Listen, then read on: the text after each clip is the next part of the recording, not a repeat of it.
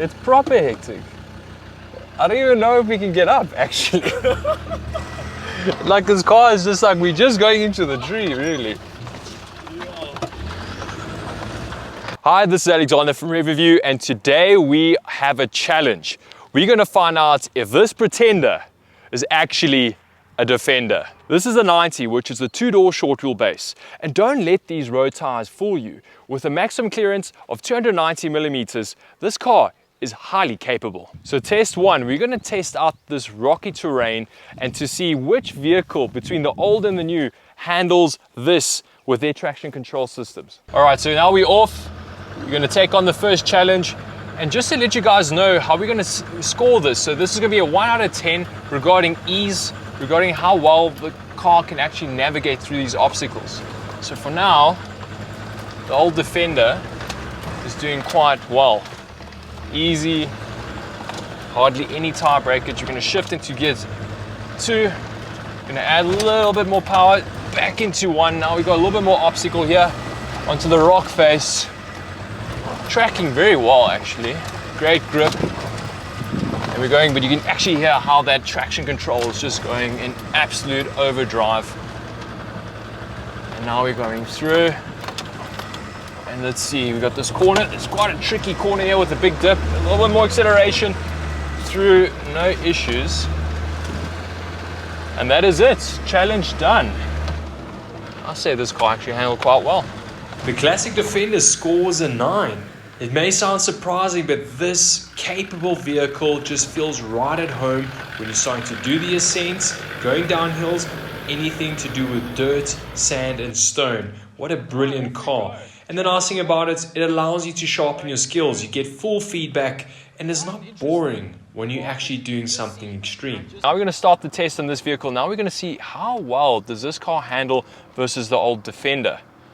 So far so good, super comfortable, completely different ride feel compared to the old Defender. Nice and easy going through, minimal tire breakage whatsoever over the rocks. Very nice and easy. And one thing to note, these full car cameras just make such a difference. The best you can go, dude. Just add more throttle.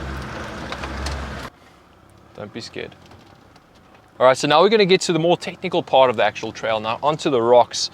And you can just feel how the car's just thinking for itself going up these rocks. We got some tire breakage, but I don't really think that's more car error. I think that's more driver error in my opinion. I think it's best I do the driving, dude. So we have some results. So we finally back up. We finished the test on the new Defender. I must say the Defender really thinks for itself coming up. It's not really solely dependent on the actual driver's skill, but more on the skill of the computer of the car. So it means any amateur can get up to any kind of technical terrain, but the feedback of the car to the driver is quite minimal. It's a bit too light on the steering wheel, where the old one really gives you feedback, makes the experience more, how can I say, more engaging. The results are in, and the new Defender scores a solid 8 out of 10. The reason being it didn't get a full 10. It's too clever for its own good. It takes away the fun and the actual feel of off-roading. So the technology actually became its nemesis.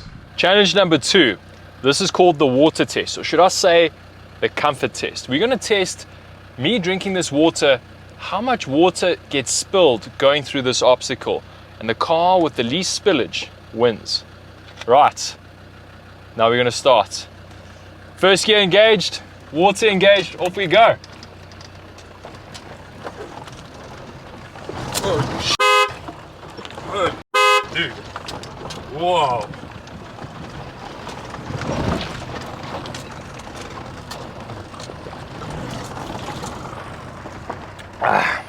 I thought I had this challenge, but as you can see with my showered man parts, the Defender scores a 4.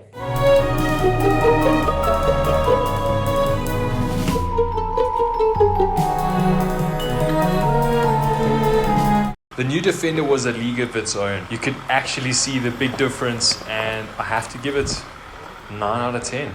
This is the final test. This is the daily driver test. Now we're going to find out which of the two cars is the best to drive daily. This is actually my personal vehicle, and I have a bit of an attachment to this car, as usually Land Rover people do have to their cars.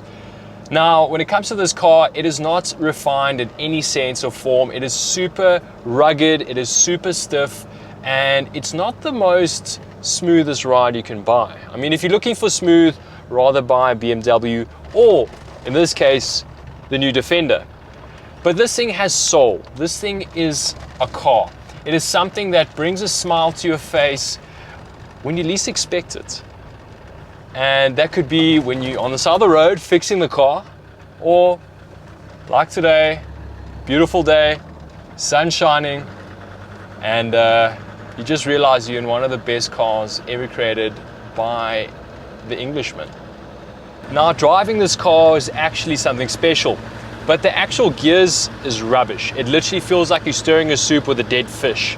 So finding gears requires a little bit of finesse and skills over time, but once you get it, you get it. Nothing like the new Defender, in my opinion. But this is a Land Rover, and this is what I would dub the Land Rover Classic, previous generation. I still have the creature comforts of electric windows, power steering, ABS, anything else you would pretty much want from a car. And as you saw from today, this car is very capable, going up the steepest inclines and taking on your suburban roads. Suspension is absolutely rubbish. It's hard, it's rough. The fuel consumption on this car is something to behold. So I have this neat and nifty little gadget called the TD5 Spy. I get 7.8 liters to the 100. So that little device gives me all the information I need to know about the motor, temperatures, consumption, speed, etc., and revs. And I must admit, this car really ticks the box as a sense of a cost-effective car. These cars are not really expensive. They are assets. They gain in value when you buy them, as long as you look after them and you keep the mileage on the low side. And now for the new Defender. Been driving this car for quite some time, I must admit. It is such a pleasure to drive. It just goes where you need to go. You point it and it just goes. The ease of the steering wheel, the way the car just drives, it's just such a pleasure. It doesn't fight you in any sense or form. It just makes the daily life seem that much more effortless. And I must say, this car does everything very well. Land Rover has really thought this one through. We may have questioned the designs, but this car admittedly looks really good. I really enjoy how this car drives as well. Very smooth. The gear changes are precise, a bit laggy at times, and sometimes I do desire more power out the motor, but for what it is, it's not bad. And if you had to compare this to its predecessor, the Defender Classic, this car, it's in a league of its own. What's the ultimate verdict? Is the Pretender actually a Defender?